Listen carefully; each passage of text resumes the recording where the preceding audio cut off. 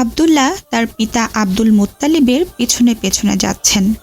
কিছুক্ষণ আগে মক্কার মানুষ পিতা পুত্রের ভালোবাসার এক অভূতপূর্ব ঘটনা প্রত্যক্ষ করেছে। এমন ঘটনা পৃথিবীর ইতিহাসে সচরাচর ঘটে না। পুরো মক্কায় স্তব্ধ হয়েছিল কিছু সময়ের জন্য। মক্কার পবিত্র স্থান কাবাঘরের পাশেই ঘটছিল এই ঘটনা। কাবা চত্বরে পৌত্তলিক দিয়ে স্থাপিত হুবল দেবতার সামনেই। মক্কার কুরাইশ গোত্রীয় নেতা আব্দুল মুত্তালিব একের পর এক জবাই করছিলেন নিজের পালের উট, গুনে গুনে 100। কাবার আশপাশটা উটের রক্তে লাল হয়ে গেল। চারপাশে জমায়েত লোকজন আব্দুল মুত্তালিবের এমন প্রতিজ্ঞা রক্ষার ত্যাগ দেখে অবাক না হয়ে পারল না। 100টি উট কোরবানি করে দিলেন নির্দ্বিধায়। না, তবুও থামলেন না আব্দুল মুত্তালিব। তিনি আরও 30টি উট আনলেন। হুবল দেবতার হাতে রাখা ভাগ্য নির্বাচনের তীর উত্তোলন করলেন আবার। 3 বারই পুত্র আবদুল্লাহর নাম বাদ দিয়ে উটের নাম নির্বাচিত হলো। প্রতিবার তীর উত্তোলনের বিনিময়ে 10টি করে উট কোরবানি করে দিলেন। একে একে 30টি, গুনে গুনে সর্বমোট 130টি। এরপর পুত্র আবদুল্লাহর হাত ধরে তাকে নিয়ে সামনে এগিয়ে গেলেন আব্দুল মুত্তালিব। কুরাইশ গোত্রের এর অবিসংবাদিত নেতা কিছুদিন আগে এক অভিনব উদ্যোগ গ্রহণ করে পুরো মক্কা তো বটেই, পুরো আরবের সম্মান আদায় করে নিয়েছেন। স্বপ্নে প্রত্যাদিষ্ট হয়ে তিনি নতুন করে খনন করেন জমজমের কূপ। নবী ইসমাইল আলাইহিসসালামের পদাঘাতে প্রায় 3000 বছর আগে যে কূপের ধারা প্রবাহিত হয়েছিল কাবার প্রান্তরে, কালের বিবর্তনে সেই কূপ একসময় লুপ্ত হয়ে যায় মরুর বালিয়াচরের নিচে। স্বপ্নে প্রত্যাদিষ্ট হয়ে তিনি নির্দিষ্ট স্থান খনন করে আবার সে কূপ মানুষের জন্য উন্মোচন করে দেন। জমজম কূপের সুমিষ্ট সুপেয় পানি পেয়ে মক্কার মানুষজন আব্দুল মুত্তালিবের কৃতজ্ঞতা জ্ঞাপন করে। এ ঘটনার পর পুরো মক্কা অঞ্চলে তিনি অবিসংবাদিত নেতা হিসেবে বরিত হন। কিন্তু কূপ খননের এই কর্মযজ্ঞ সমাধা করা খুব একটা সহজ ছিল না তার জন্য। কূপ খননকালে নানা বাধার সম্মুখীন হন তিনি। মক্কা ও পার্শ্ববর্তী অঞ্চলের কয়েকজন গোত্রপতি দাবি করেন, যেহেতু কাবা ঘরের মালিকানায় তারাও সমান হকদার, সুতরাং এ কূপের মালিকানায় তাদেরও অংশীদার করতে হবে। আব্দুল মুত্তালিব স্পষ্ট জানিয়ে দেন, তিনি স্বপ্নাদিষ্ট হয়ে এ কূপের মালিকানায় কাউকে অংশীদার করবেন না। তিনি নিজে স্বপ্নাদিষ্ট হয়েছেন, বিধায় এর মালিকানা এককভাবে তার নিজস্ব। এ নিয়ে উভয় পক্ষে বিবাদ ঘনিয়ে ওঠে। অবশেষে সিদ্ধান্ত হয় কূপের মালিকানা কারো একক হাতে থাকবে না। কাবা শরীফের নামে উৎসর্গিত হবে এ জমজম। প্রতি বছর উপাসনা লাভে ধন্য হতে আসে যে তীর্থযাত্রীরা, তাদের তৃষ্ণা মেটানোর জন্য অর্পিত হবে এ জলধার এবং কূপের পানি অবমুক্ত করে দেওয়া হবে সর্বসাধারণের জন্য। এ সিদ্ধান্তে শান্তি ফিরে আসে মক্কায়। সব বাধা বিপত্তি দূরে ঠেলে যখন বালিয়াড়ির নিচ থেকে উচ্চারিত হয় প্রভুর প্রেরিত জমজম অন্তঃসলীলা, আব্দুল মুত্তালিব প্রভুর কৃতজ্ঞতা জানিয়ে প্রতিজ্ঞা করেন, তার ছেলেরা যখন সবাই পূর্ণবয়স্ক হবেন, তাদের একজনকে তিনি জমজম প্রাপ্তির কৃতজ্ঞতায় আল্লাহর উদ্দেশ্যে কোরবানি করে দেবেন। তার এই প্রতিজ্ঞার কারণ ছিল, আদি পিতা ইব্রাহিম আলাইহিসসালাম যেমন তার প্রিয় পুত্র ইসমাইলকে আল্লাহ সন্তুষ্টি লাভের জন্য কোরবানি করে দিয়েছিলেন, তিনিও তার প্রিয় কোনো এক পুত্রকে আল্লাহর জন্য কোরবানি করে দেবেন।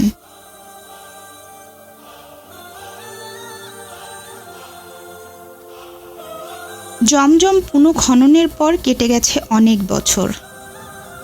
আব্দুল মুত্তালিব প্রৌঢ় থেকে বৃদ্ধ হয়েছেন, কিন্তু তিনি তার প্রতিজ্ঞা রক্ষার কথা ভুলে যাননি।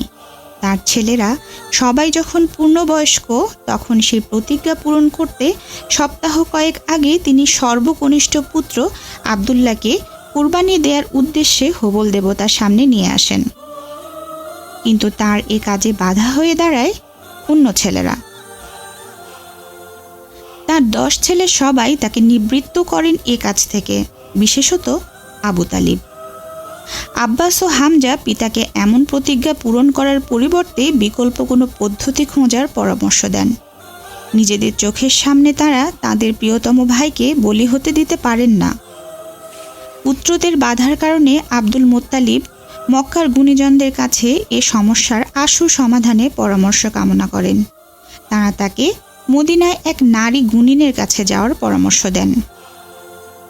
তিনি নক্ষত্র বিচার ও মন্ত্রপাঠের মাধ্যমে এ সমস্যার একটা সমাধান দিতে পারবেন। অগত্যা তাদের কথা মতো আব্দুল মুত্তালিব পুত্র আবদুল্লাহ এবং গণ্যমান্য লোকদের নিয়ে মদিনায় যান। সেখানে সাজাহ নামে নারী গুণিনের কাছে তার মনোবাঞ্ছা প্রকাশ করেন। সাজাহ নামের এই নারী জ্যোতিষী পরামর্শ দেন আবদুল্লাহকে বলি দেওয়ার প্রয়োজন নেই। আবদুল্লাহর পরিবর্তে 10টি উট নেবে।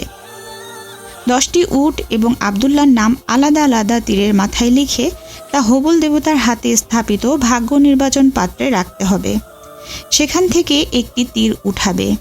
যদি তীরের মাথায় আবদুল্লাহর নাম ওঠে তবে তার পরিবর্তে সেই 10টি উট কুরবানি করে দিতে হবে এবং আবার আরও 10টি উট নিয়ে ভাগ্য নির্বাচন করতে হবে।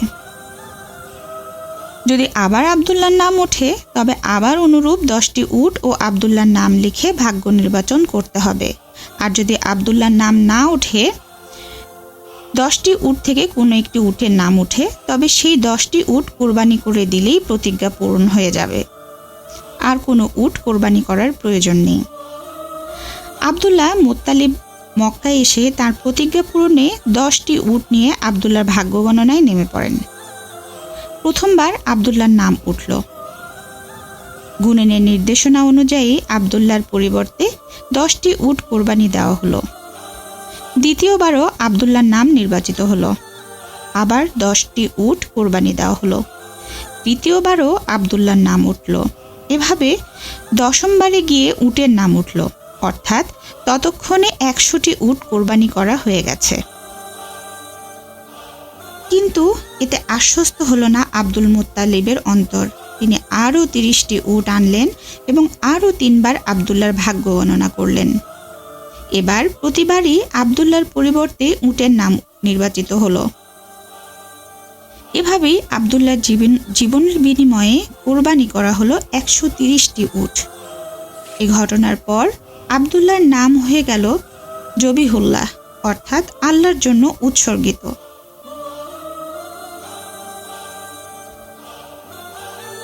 কোরবানির এই ঘটনার কিছুক্ষণ পর যখন আবদুল্লাহকে নিয়ে তার পিতা আব্দুল মুত্তালিব কাবা চত্বর থেকে বেরোতে যাবেন, ঠিক তখন এক নারীকে দেখা গেল চত্বরের পাশে। আরবীয় এ নারী যথেষ্ট সুন্দরী, বেশভূষায় আভিজাত। মাথার উপর সবুজ রঙা কাপড়ের ঘোমটা টানা। ঘোমটার নিচে তার ফর্সা চেহারা ফুটে আছে মুরু নার্গিসের মতো। এতক্ষণ ধরে তিনি আবদুল্লাহ আর উটের ভাগ্য পরীক্ষার এ যাগযজ্ঞ দেখছিলেন। সবাই উট জবাইয়ের মহাযজ্ঞের দিকে তাকিয়ে থাকলেও তিনি এক দৃষ্টিতে দেখছিলেন আবদুল্লাহকে। দেখছিলেন আর নিজের মনের অবয়বের সঙ্গে মিলিয়ে নিচ্ছিলেন সন্তর্পণে। এই কি সেই যুবক যার ব্যাপারে তার ভাই ওয়ারাকা বহুদিন থেকে অপেক্ষা করে আছেন? ওয়ারাকার দেওয়া বর্ণনা হুবহু মিলে যায় এ যুবকের সঙ্গে। সেই বংশধারা, হাশেমি, সেই উন্নত চরিত্রের অধিকারী, নিষ্কলুষ। নাকি এ যুবক প্রতীক্ষিত ব্যক্তির পূর্ববর্তী বংশধারার কেউ? হয়তোবা তাই হবে। হোক সে প্রতীক্ষিত ব্যক্তি না হোক, তার পূর্ববর্তী বংশধারার কেউ হলেও তার মনে কোনো দ্বিধা নেই। সেই প্রতীক্ষিত ব্যক্তির মা হতে পারলেও তার 7 জন্মের স্বাদ পূর্ণ হবে। তার গর্ভ থেকে পূর্ণতা পাবে অনাগত পৃথিবী। কোরবানির এ মহাযজ্ঞ শেষ হলো এক সময়। কাবা ঘরের চারপাশে পড়ে রইল 130টি জবাইকৃত উট। আবদুল্লাহ মুত্তালিব মক্কাবাসীর জন্য ওয়াকফ করে দিলেন সমস্ত উট। যে যেভাবে ইচ্ছা খেতে পারে এ উটের মাংস, কোনো বাধা নেই।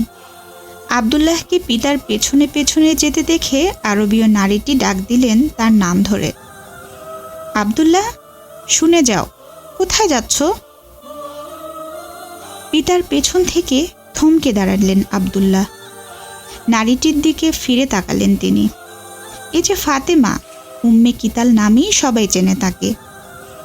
মক্কার পণ্ডিত ব্যক্তি ওয়ারাকা ইবনে নওফেলের বোন। তিনি তাকে এভাবে ডাকছেন কেন? তিনি এগিয়ে এলেন উম্মে কিতালের দিকে।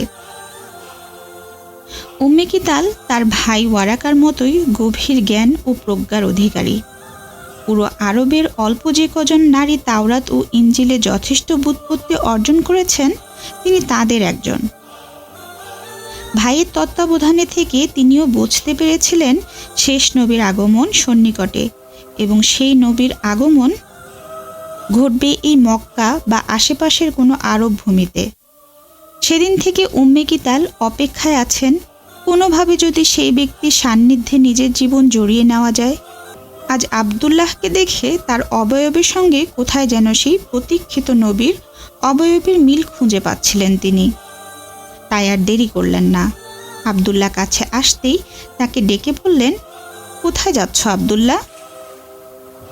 আব্দুল্লাহ উম্মে কিতালের কাছে এসে বললেন, আমি তো পিতার সঙ্গে যাচ্ছি, তিনি কোথায় যাবেন কে জানে।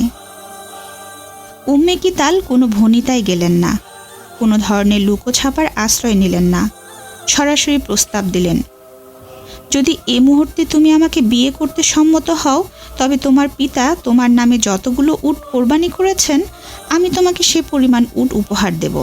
বলো, তুমি কি রাজি আছো?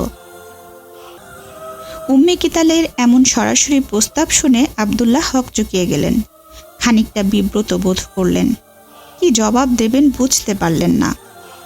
শুধু বললেন, আমি এখন পিতার সঙ্গে যাচ্ছি, এ ব্যাপারে আমার নিজস্ব কোনো মতামত নেই। পিতা যা বলবেন আমি সেটাই মেনে নেব।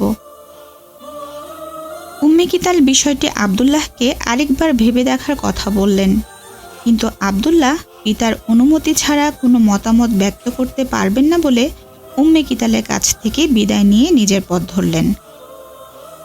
পেছন থেকে উম্মে কিতাল তার পথপানে চেয়ে রইলেন।